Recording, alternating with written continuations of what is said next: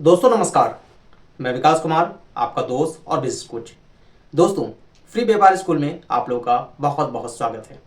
दोस्तों, जैसा कि मैं बता दूं, 3 फरवरी 2026 को कई सारे लोकेशंस पे तीनों कंपनीज ने अपने ड्रॉ ऑफ लॉट्स निकाले, जिसमें एचपीसीएल, बीपीसीएल और आईएससीएल तीनों कंपनीज ने ड्रॉ ऑफ लॉट्स निकाले। जिनका सिलेक्शन हुआ है उनको बहुत बहुत बधाई है। अब दोस्तों, मेरे पास कॉल्स आने लगे हैं कि सर मेरे पास मेल आ गया है सिलेक्शन प्रोसेस का। अब डॉक्यूमेंट्स अपलोड करने के मेरे पास ऑप्शंस भी ओपन हो चुके हैं। तो दोस्तों, जिनके पास मेल आ गए हैं वो अपने डॉक्यूमेंट्स की प्रिपरेशन शुरू करें।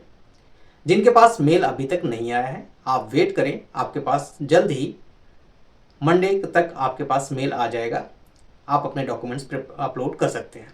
दोस्तों, यहाँ पे कुछ डाउट्स हो रहे हैं लोगों के कि सर मुझे कौन कौन से डॉक्यूमेंट्स अपलोड करने होंगे, क्या उन डॉक्यूमेंट्स को किस तरह से अपलोड करना है, कैसे उसको अरेंज करना है। तो ये बहुत सारे डाउट्स आ रहे थे आप लोगों के।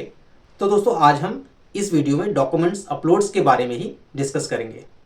तो दोस्तों, मैं बता दूं कि जब सिलेक्शन का मेल आता है तो आपको 10 दिन का समय मिलता है। उन 10 दिन में आपको अपने डॉक्यूमेंट्स अपलोड करने होते हैं और साथ में ही जो इनिशियल सिक्योरिटी डिपॉजिट होता है, मतलब जो भी आपका सिक्योरिटी डिपॉजिट होता है उसका 10% आपको इनिशियल सिक्योरिटी डिपॉजिट पे करना होता है। जब तक आप इनिशियल सिक्योरिटी डिपॉजिट पे नहीं करेंगे, वो एप्लीकेशन और वो डॉक्यूमेंट अपलोड फाइनल नहीं माना जाएगा। ठीक है दोस्तों, आप लोगों से एक रिक्वेस्ट है कि जिनका भी सिलेक्शन हो गया है, जिनके पास मेल आ गए हैं सिलेक्शन के, आप लोग डॉक्यूमेंट्स अपलोड करते टाइम बहुत ही केयरफुली डॉक्यूमेंट्स को प्रिपेयर करें, एक एक चीज़ को वैलिडेट करें।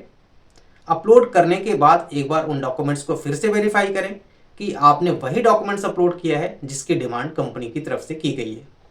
अदरवाइज दोस्तों, यहाँ पे अगर आपके डॉक्यूमेंट्स गलत होते हैं तो रिजेक्शन के चांसेस आ जाते हैं और साथ में ही जो इनिशियल सिक्योरिटी डिपॉजिट होता है, आपका जो आईएसडी का अमाउंट होता है, वो भी जब्त कर लिया जाता है।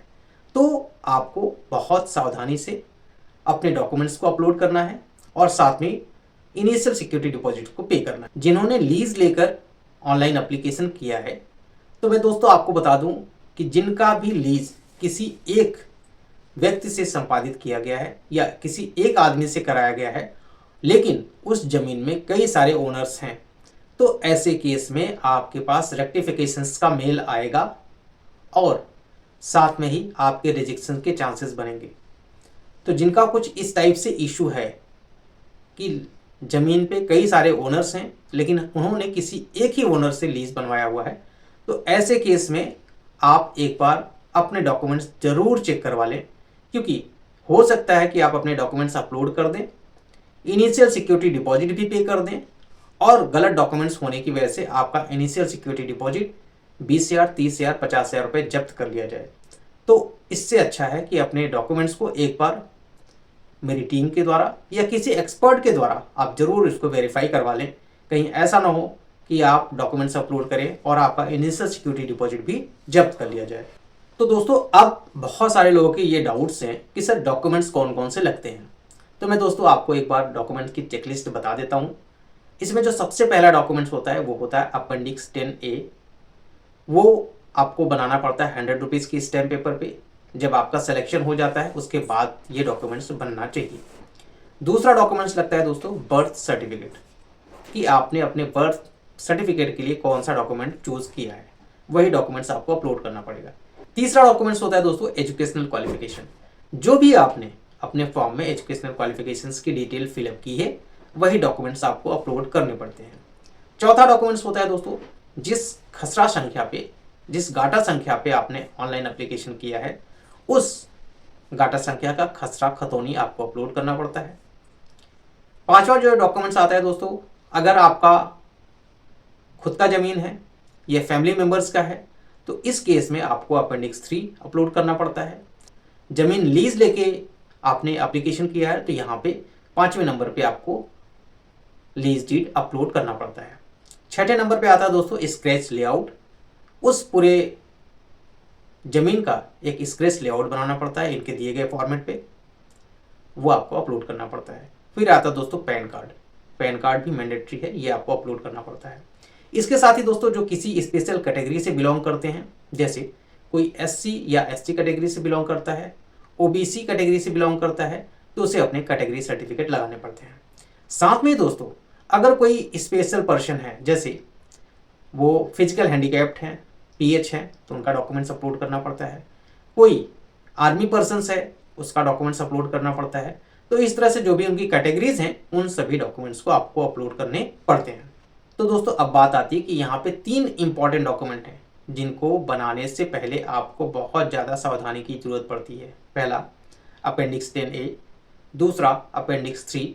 अगर आपने ग्रुप 2 में एप्लीकेशन किया है तो भी अपेंडिक्स 3 की जरूरत पड़ती है। अगर आपने ग्रुप 1 में एप्लीकेशन किया है और आपका जो ज़मीन है वो फैमिली मेम्बर्स का है, तो यहाँ पे अपेंडिक्स 3 देना आपके लिए मैंडेटरी है। तीसरा होता है स्क्रैच लेआउट। तो दोस्तों इन तीनों डॉक्यूमेंट्स के लिए आप किसी एक्सपर्ट से कांटेक्ट करें या फिर आप मेरी टीम से भी बनवा सकते हैं ये तीनों डॉक्यूमेंट्स। हमारी ऑफिस, हमारी जो पेट्रोल पंप सेवा केंद्र की फ्रेंचाइजी है, एक फ्रेंचाइजी हमारे बागपत में और एक फ्रेंचाइजी मेरठ में है। यहाँ के संचालक मिस्टर रविंद्र सिंह और सुधीर कुमार जी हैं। उनके ऑफिस पे आप जाके डायरेक्टली विजिट करके अपने डॉक्यूमेंट्स बनवा सकते हैं। जो भी वेस्टर्न यूपी के हैं वो उनसे डायरेक्टली कांटेक्ट कर सकते हैं। मेरे दिए गए नंबर पे आप कांटेक्ट करें, अपॉइंटमेंट बुक करके 1-to-1 डिस्कशंस कर सकते हैं, ऑफिस में जाके अपने डॉक्यूमेंट्स बनवा सकते हैं। हाँ, जिनका लीज डीड का इशू है उनके लिए स्पेशली एक नोटिस है कि आप मिस्टर रविंद्र सिंह और सुधीर कुमार जी से मिलके अपने डॉक्यूमेंट वेरिफिकेशन जरूर करवा लें डॉक्यूमेंट अपलोड करने से पहले, क्योंकि ये इंपॉर्टेंट है। अदरवाइज आपके रिजेक्शन के चांसेस बनेंगे। जो आप इनिशियल सिक्योरिटी डिपॉजिट पे करेंगे, जो 20,000, 30,000 या 50,000 रुपये हो सकते हैं, वो आपके नुकसान हो सकते हैं। इससे पहले आप सभी डॉक्यूमेंट्स को हमारी पेट्रोल पंप सेवा केंद्र बागपत और पेट्रोल पंप सेवा केंद्र मेरठ से कांटेक्ट करके अपने डॉक्यूमेंट्स वेरीफाई जरूर करवा लें। तो दोस्तों ये वीडियो कैसा लगा? वीडियो अच्छी लगी हो तो वीडियो को लाइक कीजिएगा, और दोस्तों चैनल पे आप नए हैं तो चैनल को सब्सक्राइब जरूर कर लीजिएगा।